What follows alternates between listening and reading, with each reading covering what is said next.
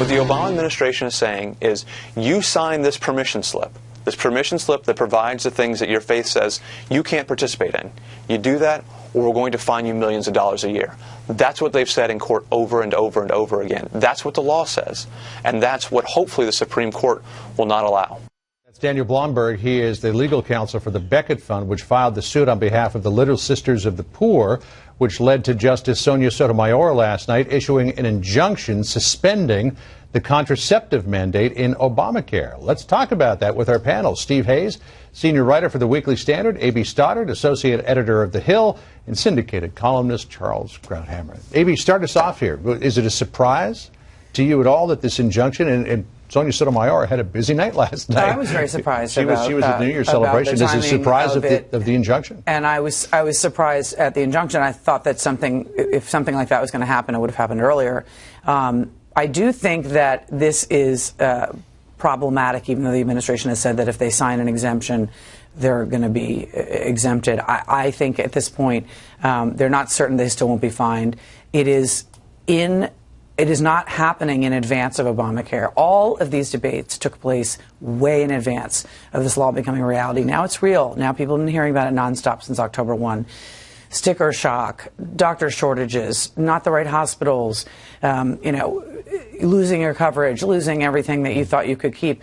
This is going to be, I think, politically very difficult for Democrats if this drags on, because they're going to have to defend it, those going into an election year when the rest of Obamacare seems so unpopular. Stephen, latest numbers for enrollment in Obamacare, 2.1 million, but Forbes magazine did an analysis of those who have lost their insurance as a result of the new restrictions in Obamacare, and that number is about 6 million people.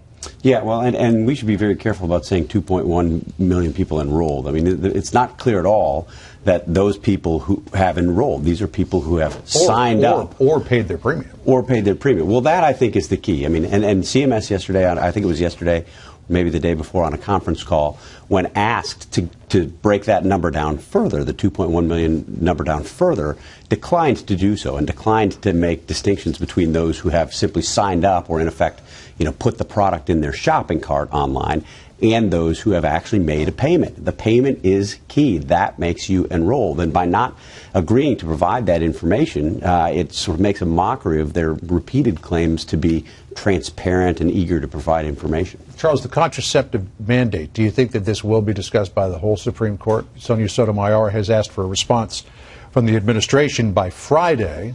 Will it get to the whole panel? I think it will. I think this is something that the administration will probably regret.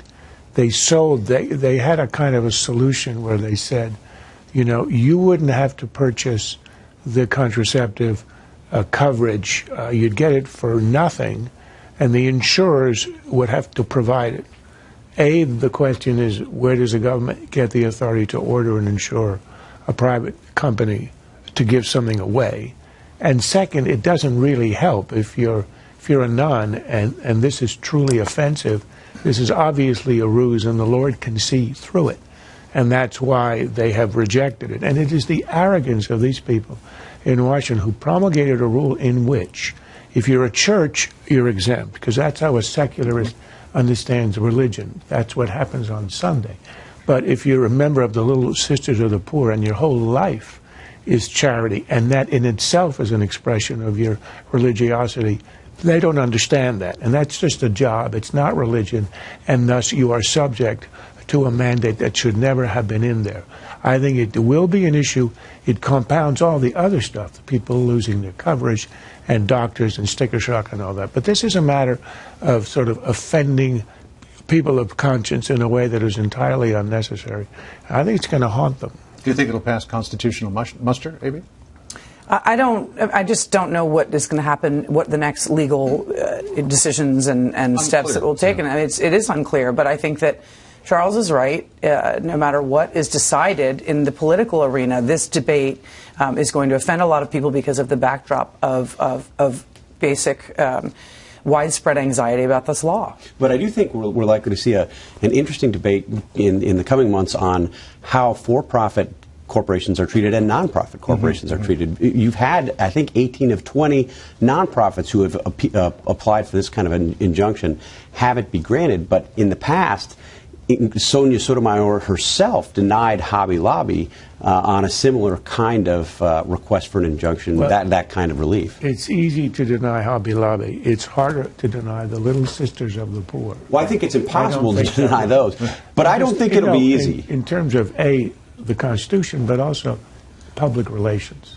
Well, PR is terrible to deny Little Sisters of the Poor. I think the Hobby Lobby case has some real momentum behind it. I mean, the government is basically arguing that you give up your religious freedom once you engage in business. I mean, that doesn't make any sense on its face. There's a lot of cases that we'll be hearing about. Steve said just a moment ago, AB and Charles, that you got to be careful about the numbers. And one of the numbers that we don't know is of these supposed 2.1 million people who have registered for health care insurance.